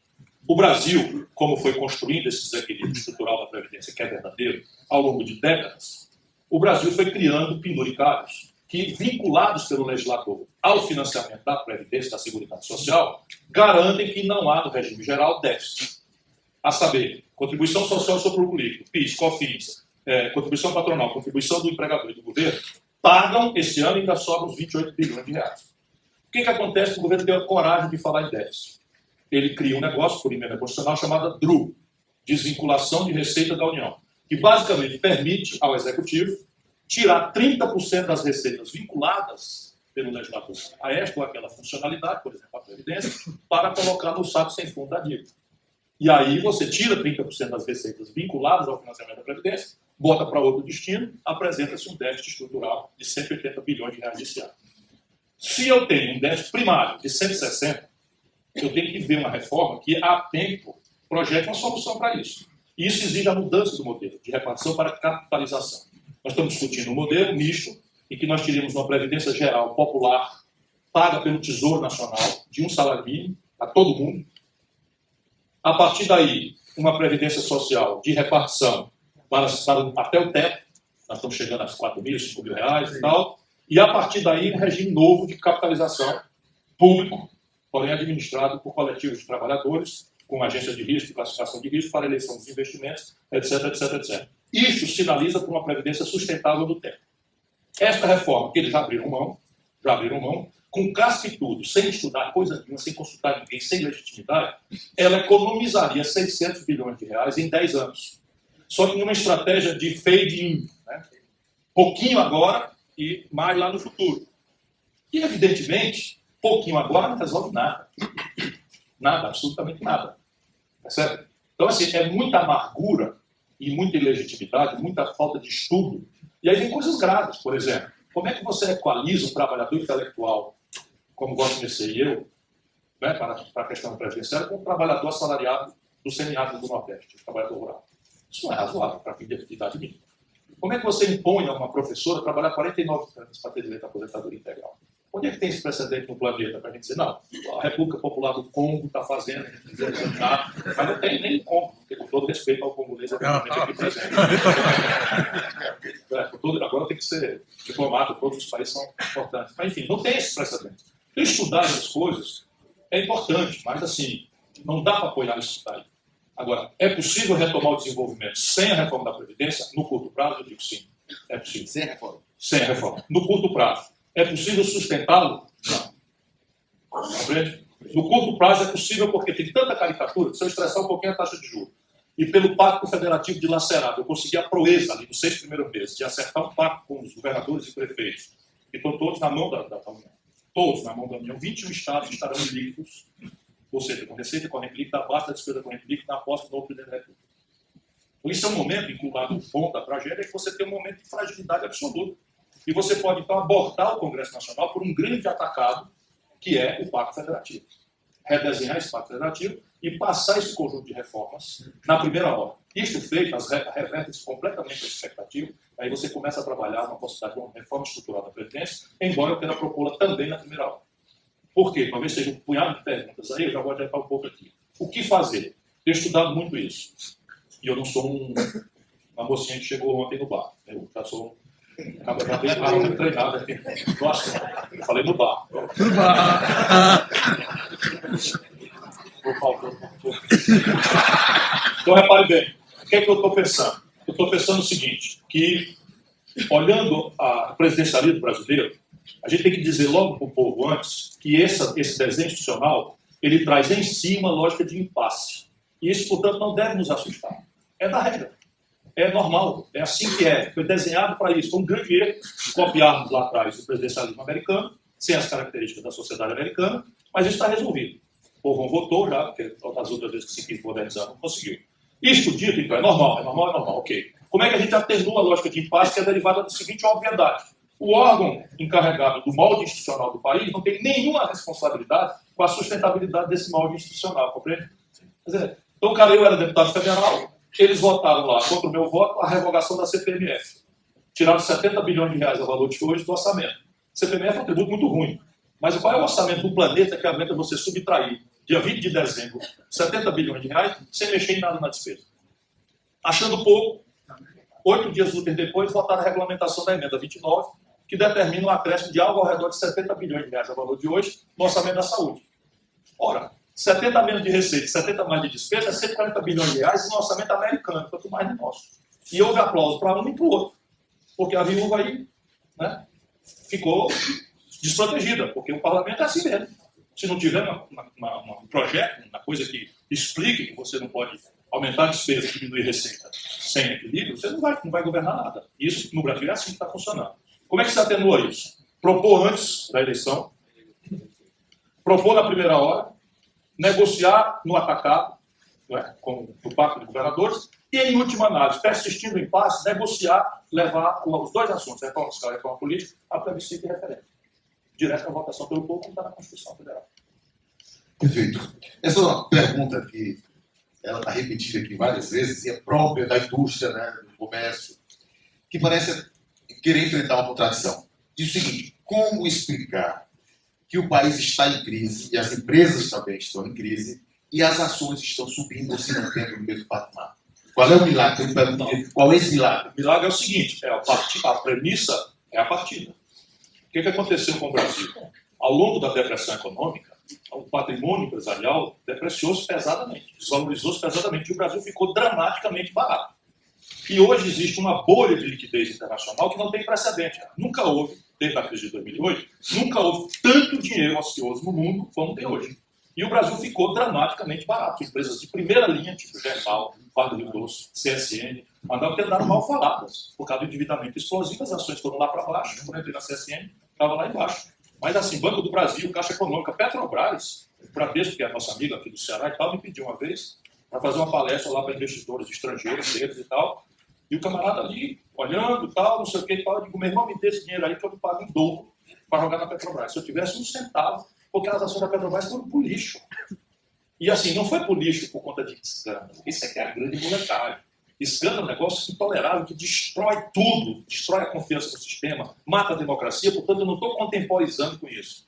Mas a contabilidade da Petrobras foi dramaticamente afetada por uma circunstância. Qual é a circunstância? Ela estava vendendo petróleo a $110 quando a Dilma tomou posse. E o pré-sal tinha um custo de produção de $41. Foi ganhando escala, foi diminuindo, está hoje em 28, 30. Mas a Petrobras, quando a Dilma foi derrubada, estava vendendo barril de petróleo a $30, portanto, abaixo do custo do pré-sal. Micou a Petrobras. E ficou no chão, ficou assim. Então, você pegar a Bolsa de Valores, subir em cima dessa, é assim mesmo. O mercado de capitais no Brasil é ridículo. Não existe mercado de capitais. Você já ouviu falar, Beto, você que é a líder da capitã da indústria, já ouviu falar num IPO no Brasil? Uma empresa nova que foi à Bolsa de Valores e capitalizou-se para nascer? Não existe. É um cassino em que 4 ações bancam para cima e para baixo, que basicamente é a Petrobras. Essa é a explicação. Com o câmbio, quer dizer, a taxa de câmbio foi fumada. Não, estou atendendo um telefonema, gente. O Temer. É lá do Cunha, lá do presídio. Que daí foi o assacador que ele botou o dedo no nariz dele lá. Deixa que é longa. Onde eu chego, eu sou irmão do Cid Gomes. Ah, ele vai.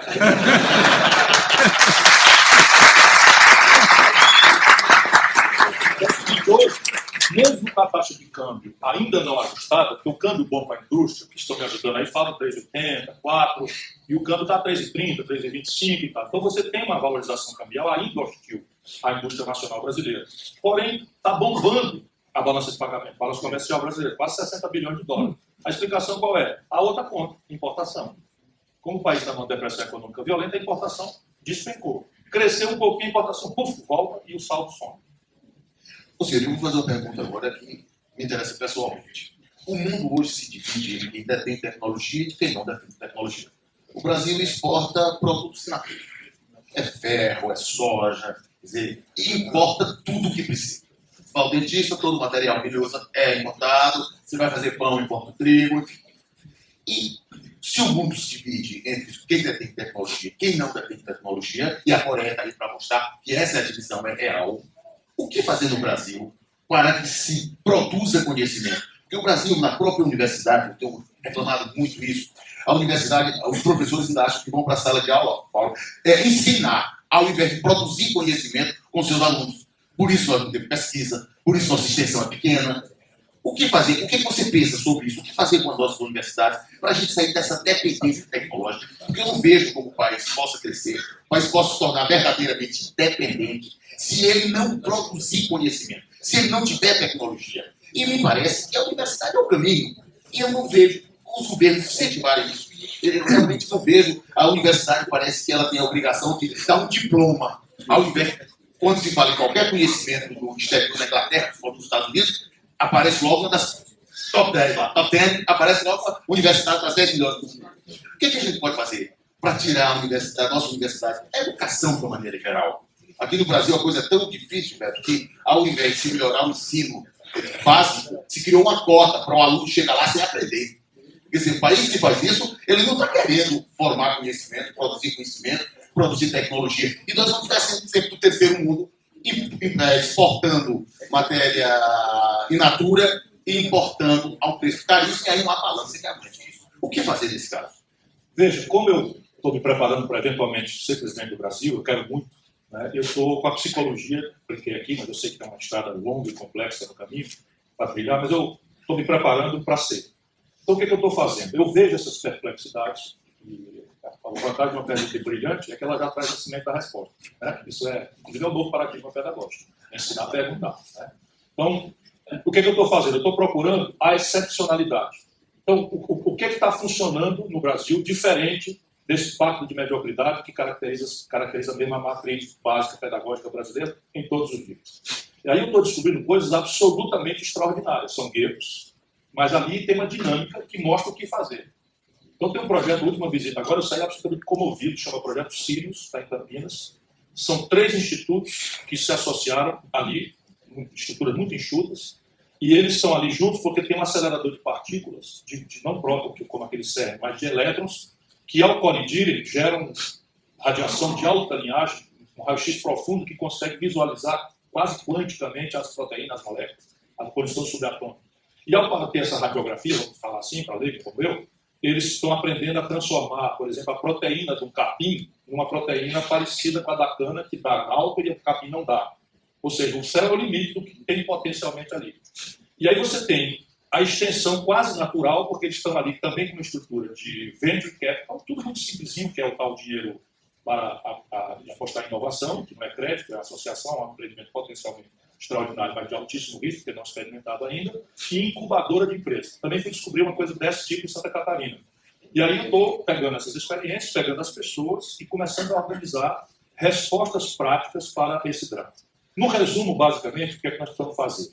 Aumentar o investimento, isso não quer dizer necessariamente estatal, mas começar a criar associações pragmáticas entre o Estado e a iniciativa privada para substituir importações e eliminar a conta de royalties, no nível empresarial. Vamos pegar um exemplo prático. Eu já peguei o caso, como chama case, né? O case da Nokia, mas Sobral a gente chama case. Então eu peguei o caso da Nokia. A Nokia é uma empresa da Finlândia que está em Manaus arbitrando vantagens comparativas, basicamente é o que eles chamam de maquilador. Então a Nokia tem um centro estratégico de decisão na Finlândia e ela, para ter acesso ao mercado brasileiro, que é um mercado relevante em qualquer lugar do mundo, nosso mercado relativamente é importante, potencialmente agora se revelou a extraordinária potencialidade, 40 milhões de consumidores vieram ao mercado, está tudo dando para trás, mas vieram ao mercado nos últimos 10 anos no Brasil, e o mundo olhou aquilo, opa, onde é que está acontecendo isso? Só lá. Então a Nokia abre uma plataforma e aí ela vem, como não tem política industrial de comércio exterior, ela se instala em Manaus e traz todos os componentes. Não estou falando do chip que a gente não sabe fazer, estou falando da casquinha de plástico. Casquinha de plástico. Eu fui lá ver e tal. Tudo global source. Ou seja, os fornecedores globais dão escala para ela e o Brasil não estressa ela em nada, nem com meta de exportação e nem com meta de renacionalização, porque virou abominação ideológica no Brasil, o que todo mundo faz. Isso aqui é o mais cruel no Brasil. Todo mundo faz. Vá ver se a China compra uma geradora de energia elétrica nos Estados Unidos. Vá ver se a China compra, se o governo deixa a China comprar uma geradora hidráulica. Hidráulica. Ou seja, nós estamos entregando agora 3 usinas amortizadas para a China, para a Itália e para a França. Nós entregamos um campo de Carcará do pré-sal para o estatal da Noruega. Aliás, essa empresa da China é estatal. Então, repare bem, nós estamos entregando regime de água. Olha, meu regime. Regime de água para o estrangeiro. Então, isso, eu tenho alguma coisa contra capital estrangeiro? Quem foi que ajudou a fazer aqui, trazer os coreanos? Não tem problema nenhum. Nenhum problema, está aqui os coreanos, muito bem-vindos, me adoram, gostam do CID e tal, proeza que eles fizeram e tal. Aí a siderúrgica está rodando. Tu acha que vinha a siderúrgica para o Ceará se não fosse muita guerra do estado do Ceará em cima? Guerra, peguei esse Gabriel, você é um vagabundo com o dedo no nariz dele, sabotando o Ceará, esse que era o presidente da Petrobras, porque achou que era um sonho nosso. Quando ficou pronto o projeto, recebeu um pouco, sei lá de quê, porque é tudo roubando dele, e sabotou o Ceará. E aí, como agora, a refinaria deram cheio para o Ceará. Aquilo, ou nós arrastamos, ou não tem conversa. Mais cedo ou mais tarde, nós temos que fazer a refinaria do Ceará. Então, isto daqui é o básico. E aí você vai lá, engenharia reversa, que é a lei do menor esforço. Então você tem, eu falei aqui, 80% dos remédios brasileiros são importados. Quem compra? Basicamente o governo. A União Federal, Beto, esse ano vai comprar 17 bilhões de dólares no Complexo Industrial da Saúde. Não é negócio de tomografia, última geração, não. É cama de hospital, cadeira de roda, prótese, bengala, coisa básica. E você monta uma unidade de engenharia reversa na escola técnica aqui, como é que chama agora, né? Mais Instituto Federal de Educação, ali na IFCE. Pronto, a escola técnica ali do Salto da Frente de Baixo. Você pega ali a negada desenha o perfil todinho, copia, você monta uma fábrica em Irauçuba, porque quem compra é o governo. Quem compra é o governo. E o mundo inteiro faz isso. A OMC aceita que, para fins de equilíbrio de competição, de desenvolvimento regional, a compra governamental seja feita desde que não embuta subsídio. Porra, mas nós estamos comprando uma bengala que vem da China. Será possível que a gente não consegue produzir Alsuba para botar no hospital aqui do Roberto Paulo, no IJF2, mais barato do que a China? A vantagem lá é escala. Mas aqui nós temos uma vantagem na logística. Como é que a indústria calçadista veio para o Ceará? Vocês acreditam que o Ceará tem alguma... Seguinte, ó, o Ceará virou o maior exportador brasileiro de calçados. Todo o insumo da indústria calçadista vem de fora. Todo o insumo da indústria calçadista vem de fora. E, evidentemente, o mercado consumidor dos calçados produzidos no Ceará é fora. Vocês acham que essa matéria-prima passeia para cá e o produto passeia para lá se o Estado não entra compensando as assimetrias competitivas? Ou a única sorte do povo do Ceará é pegar o pau de arara e morar em São Paulo? Quanto custa isso? Em valores humanos e em dinheiro. Como é que custa reurbanizar São Paulo? Quanto é que custa reurbanizar o Rio de Janeiro? É impossível, é impagável. E esses custos nós não estamos arbitrando, porque caímos nesse fatalismo, boboca que não existe observação empírica disso no planeta. Com essa moda, simplificação, tudo é muito fácil, tudo é muito simples, e o país indo para breve. Então, engenharia reversa, lei de menores custos, compra governamental, vão começar a produzir encomendas práticas. Por exemplo, quando nós fomos fazer a siderúrgica aqui, nós fomos na Universidade Federal e deram para o Roberto. Diz, ó, vai ter uma siderúrgica no Ceará, preciso que os empregos sejam aproveitados aqui pelo cearense. Desenhamos uma escola de siderurgia. E coisa de materiais aqui na UFC imediatamente respondeu que é a nossa vantagem. Então, isso que tem que fazer. Então, essa universidade aqui já está, pelo menos aquele pedaço ali, já se conectou com a economia. O resto a gente entendeu um pouco que nós vivemos ainda o resto de uma geração que sofreu muitos traumas. E aí, a Universidade Brasileira tendeu a entropia, né, a se fechar para dentro, para se proteger. O resto é corporativismo, preguiça, é outro problema. Bons diretores resolvem. Muito bem. Vamos mudar um pouco aqui. Essa pergunta tem que ser feita porque é hoje uma inquietação de todo brasileiro. O que fazer para enfrentar a violência urbana no Brasil? Já que esse é um problema que não pode ser creditado a nenhum Estado isoladamente, e é verdade. Esse é um problema nacional. As quadrilhas, as facções, agora não é as quadrilhas, agora são facções, elas estão organizadas nacionalmente, com comandos, diretorias, seções, enfim. O que fazer? O que você pensa sobre essa questão da segurança pública, desse momento agudo que nós vivemos no Brasil? Honestamente, a melhor resposta nesse momento deveria ser um não sei, assim, muito humilde e sincero. Mas eu, evidentemente, sei que isso no simbólico é muito errado. Então, o que eu estou fazendo? Eu estou reunindo especialistas, já consigo ordená-los em 2 grandes campos. Nenhum deles, até agora, estou fazendo reuniões longas, por exemplo, na casa do Luiz Eduardo Soares, uma reunião que durou de 6 da tarde à meia-noite, e vai ser a primeira de muitas. E estou conversando com o Congresso Nacional de Segurança Pública, e assim, vou visualizando 2 coisas. Eu tenho muitas ideias. Qual é meu ceticismo? É que a agenda regular nós fizemos no Ceará. O Ceará praticamente dobrou o efetivo da Polícia Militar. O Ceará introduziu a tecnologia mais sofisticada que houver. O sítio foi criticado, mas aquelas Hilux não são a Hilux. Ali tem televisão, tem computador para entrar em tempo real no fichário, para ver quem é o cidadão que está sendo abordado na rua. Tem gravação para frente e para fora, para frente e para trás. A ideia era vincular o policiamento à comunidade, um imã de geladeira com celular, para as pessoas fazerem, nova academia de polícia, sistema presidiário e tal. E o que aconteceu? Aconteceu que o Ceará praticamente dobrou a população carcerária nos últimos anos. E as coisas só pioram. Sob o ponto de vista de 2 crimes. Homicídio, 4.600 homicídios nos últimos 12 meses, numa estatística que são 62.800 homicídios no Brasil. Quase todos pobres, quase todos negros, quase todos da periferia.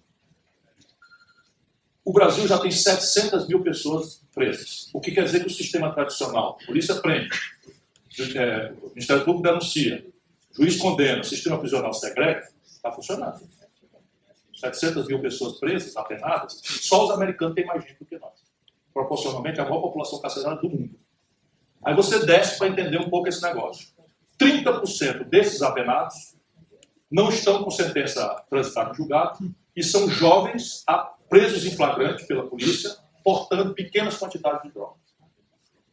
Que alguns países do mundo, mais exitoso é Portugal, já regulamentaram sem descriminalizar. Portugal considera problema de saúde pública se o cidadão for apanhado com X quantidade que os especialistas dizem droga, que seriam suficientes e necessárias para o consumo de uma semana. Então, eles consideram problema de saúde pública se esse padrão for o que o porte do garoto. Então, leva para, como é que chama? Redução de dano. A partir daí, continua criminalizado, etc, etc. No Brasil, um terço dessa população carcerária, portanto, estamos falando de 200 e poucas mil pessoas, são jovens que foram recrutados pelo tráfico com pequenas quantidades, ou de usuário ou avião, que chamam no jargão da periferia avião. O que acontece? Esse menino, na hora que entra no presídio, ele é obrigado a se filiar a uma facção criminosa, que foram coisas gravíssimas, criadas em São Paulo e no Rio de Janeiro, e que estão aqui. Aquela confusão da Rocinha foi comandada de dentro de um presídio de segurança máxima por um conterrâneo nosso chamado NEM. O NEM, lá de Rondônia, mandou instalar o alerta geral, que eles chamam, na Rocinha, porque estava ali a viúva dele, a mulher dele e tal, perdendo o comando com um ex-sócio, não sei o que e tal. Então, evidentemente, alguma coisa diferente precisa ser feita. Uma delas salta aos olhos. É a inovação institucional. Não dá mais essa guerra às drogas, está perdida. Podemos persistir nela, se esse for o querer da sociedade, mas, nesses termos, essa guerra está perdida. No mundo inteiro. Se essa guerra fosse possível ser ganha, os americanos já tinham ganho. O americano tem a população carcerária maior que a nossa, é o mesmo problema, só que eles têm uma grana preta para manter essa estrutura, mais de 1 milhão de apenados, quase todos negros, quase todos pobres e tal. E aí tem várias discussões. Tem um lado que é mais sensível, e as inovações institucionais são todas polêmicas, que eu estou ouvindo ainda. Por exemplo, do menos complicado para o mais complicado, fala-se que o inquérito policial é uma impertinência, que ele vai ser replicado no judiciário, portanto não deveria ser mais fazer sentido. Se o arbitrar essa opinião, já vai virando a opinião minha também, porque eu estou ouvindo a turma lá. Mas eu sim, mas ali tem comandante, ex-comandante da PM, do Rio, ali tem juiz, que estão me ajudando, juiz, promotores, e o Luiz Eduardo Soares é uma figura conhecida. Mas aí o Luiz Eduardo Soares comovidamente defende a unificação das polícias. Já eu tenho dificuldade de perceber. Eu defendo isso há muito tempo, eu defendo isso publicamente, porque no caso do Ceará, as polícias nem se comunicam. Eu sei. Não há comunicação, então você tem duas. Sim, mas seria uma polícia só de natureza civil? Civil, claramente civil, como é no mundo inteiro. Essa é a opinião. Porque o problema é que precisa ter investigação, e a polícia militar não está preparada para isso, nem tem estrutura para investigar. Então basta o cara mudar de quarteirão, que ele não vai ser incomodado. Mas a polícia civil pode usar farda, para ter essa sensação de segurança na rua, como é nos Estados Unidos, enquanto os Estados Unidos. Eu estou só devassando. Não, você fez muito bem, eu quero muito ouvir, porque eu estou colhendo opiniões, porque esse é o assunto que mais me dá perplexidade por causa da nossa frustração aqui no Ceará. Porque todo o manual do fazer, menos do que a gente não pode, mas o que salta aos olhos também é o seguinte, é que a União Federal, para além de patrocinar inovações institucionais, tipo essa que tem que ser posta em debate, ela tem que entrar no assunto. E, na verdade, ela hoje gasta menos do que gastava há 10 anos em segurança. Aí você tem o contrabando de armas, só a União Federal é capaz de coibir. O contrabando massivo de drogas, o Brasil não produz cocaína, êxtase, essas coisas, e a União Federal não tem. Nós temos 12.700 quilômetros de fronteira seca, 8.400 quilômetros de fronteira marítima. Então, se nós não tivermos eficácia na estrutura de controle de fronteira, é muito difícil, porque o dinheiro que circula, cara, é uma coisa absurdamente alta. É muito alto. Sabe? A ponto de já estar entranhado na política. Está entrando na política. Eu acho que é o seguinte, se do Brasil, vamos pegar o caso do Ceará. O Zezé Perrella, aquele helicóptero, foi apreendido com 480 quilos de pasta básica. Eu tenho estudado muito essas coisas. Pasta básica vai ser desdobrada. A matéria-prima da cocaína dá para fazer, pelo que me disseram, 4.000 quilos, 4 toneladas. Para consumo. E a borra é o crack, para consumo. E até hoje foi uma pessoa presa. Hein? Bom, se você me permite. Aparece assim, eu ia dizer que tem o outro lado. Estou conversando, por exemplo, o sindicato da Polícia Civil de São Paulo está me ajudando. E a turma lá já é isso aí. Eu estou, essas facções só. Mas eu acho. Eu fico ouvindo, tá? Se hoje nós tivéssemos metade do que tem no contingente da Polícia Militar hoje fosse da Polícia Civil, seguramente a situação da segurança do Ceará seria muito melhor, porque incomodaria o marginal, o que comete o crime. Veja a situação que nós temos no Ceará, como é grave, como é preocupante. Um promotor de justiça foi assaltado. Ele parou com um carro e dois rapazes chegaram com uma moto e o assaltaram ali na rua José Cândido, ali no Monte Castelo. Para registrar o BO, porque era sexta-feira, as delegacias estavam fechadas, ele teve que fazê-lo aqui na aldeota. Aquela dupla que assaltou vai ser investigada quando, 5 minutos depois, a polícia militar chegou.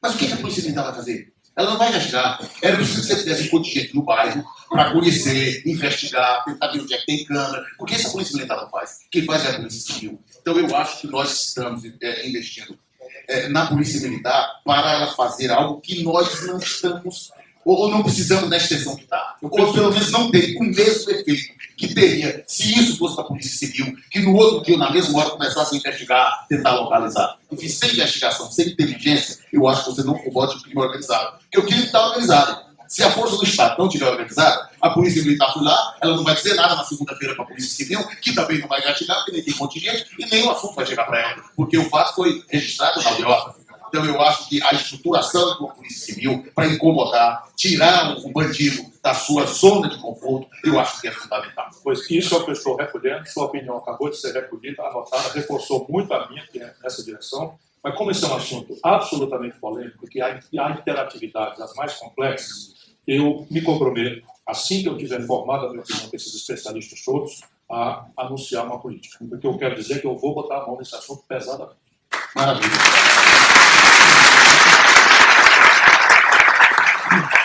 Bom, eu desculpe pela avançada hora, nós já estouramos todos os prazos. Devolvo a palavra para você. Eu quero agradecer a você, meu querido amigo, irmão, admirado companheiro, qualidade dos questionamentos, me fazer pensar. Mais uma vez agradecer a Federação das Indústrias, a ti, Beto, o privilégio de estar aqui. Pedir desculpa aí se eu fui um pouco extenso demais nas coisas, mas eu de fato estou comovido na crença de que o nosso país tem tudo para dar uma grande virada. Mas não será com frase feita nem com simplificações grosseiras. Eu sempre até bater. Um abraço a todos. Obrigado.